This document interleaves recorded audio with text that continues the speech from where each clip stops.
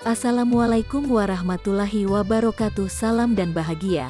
Pada video kali ini saya akan membuat materi 1.2a 8 koneksi antar materi modul 1.2 menggunakan refleksi model 4P peristiwa, perasaan, pembelajaran, penerapan ke depan atau rencana.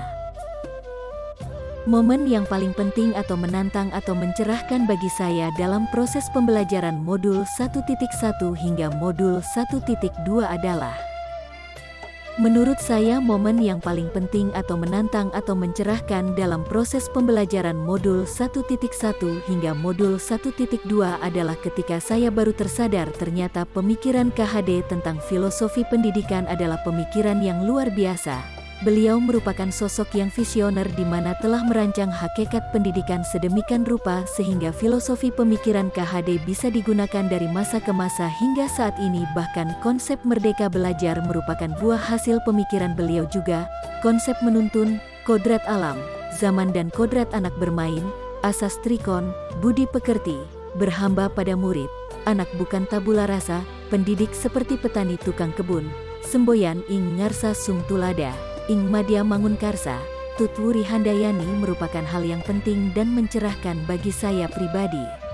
Kemudian pada modul 1.2 sejatinya guru penggerak itu harus tergerak, bergerak dan menggerakkan melalui nilai dan peran sebagai GP. Kaitan antara modul 1.1 dan 1.2 yang saya pahami adalah bahwa tujuan pendidikan itu menuntun anak-anak sesuai kodratnya masing-masing. Dengan begitu, anak atau peserta didik dapat tumbuh sebagai manusia dan anggota masyarakat yang mampu mencapai keselamatan dan kebahagiaan setinggi-tingginya. Agar tujuan tersebut dapat tercapai, maka guru harus memiliki nilai-nilai guru penggerak, yaitu inovatif, berpihak pada murid, kolaboratif, mandiri, dan reflektif. Peran kita sebagai guru penggerak mampu menjadi pemimpin pembelajaran yang berpihak pada siswa sesuai dengan tujuan pendidikan tersebut. Hal ini menunjukkan bahwa antara modul 1.1 dan 1.2 saling terkait. Saat momen itu terjadi, saya merasa seperti bagaikan terbangun dari tidur yang panjang. Awalnya sudah terbiasa dengan zona nyaman yang ada, namun ternyata saya baru tersadar bahwa pemikiran filosofi pendidikan KHD itu visioner dan relevan dengan perkembangan zaman. Beliau memiliki pandangan atau wawasan ke masa depan yang begitu luar biasa. Perasaan senang mendapatkan ilmu baru dan khawatir karena belum siap untuk menerapkan ilmu tersebut mulai muncul.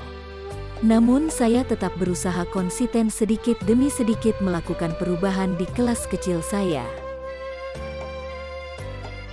Sebelum momen tersebut terjadi, saya berpikir bahwa setiap anak dapat kita samakan karakteristiknya, potensi dan bakatnya.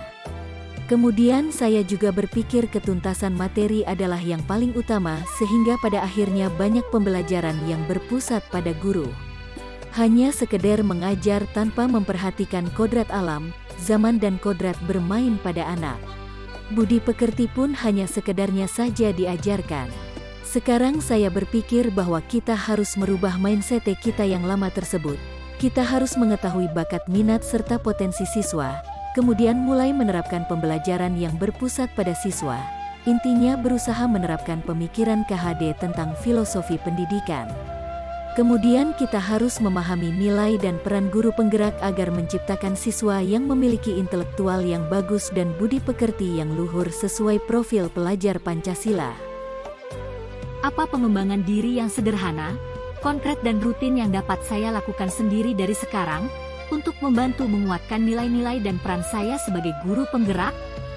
Menciptakan pembelajaran yang berpihak pada anak, menggunakan model media yang inovatif sehingga pembelajaran tidak monoton. Secara mandiri mengikuti kegiatan pengembangan diri, seminar, BIMTEK, workshop, serta pemanfaatan platform Merdeka Mengajar, PMM, YouTube, atau LMS dari Tanoto, misalnya, sebagai sumber belajar mandiri. Rutin mengadakan kolaborasi baik di komunitas praktisi maupun di lingkungan sekolah. Berkolaborasi dapat dilakukan dengan kepala sekolah, teman sejawat, komite sekolah, murid dan wali murid untuk menciptakan suasana belajar yang nyaman dan kondusif. Melakukan kegiatan refleksi rutin ketika selesai proses KBM di kelas, memanfaatkan hasil supervisi untuk perbaikan pembelajaran, memanfaatkan hasil saran dari rekan teman sejawat. Secara inovatif membuat lingkungan belajar yang nyaman, membuat media pembelajaran interaktif, membuat program sekolah yang berpihak dan memenuhi kebutuhan siswa dalam belajar.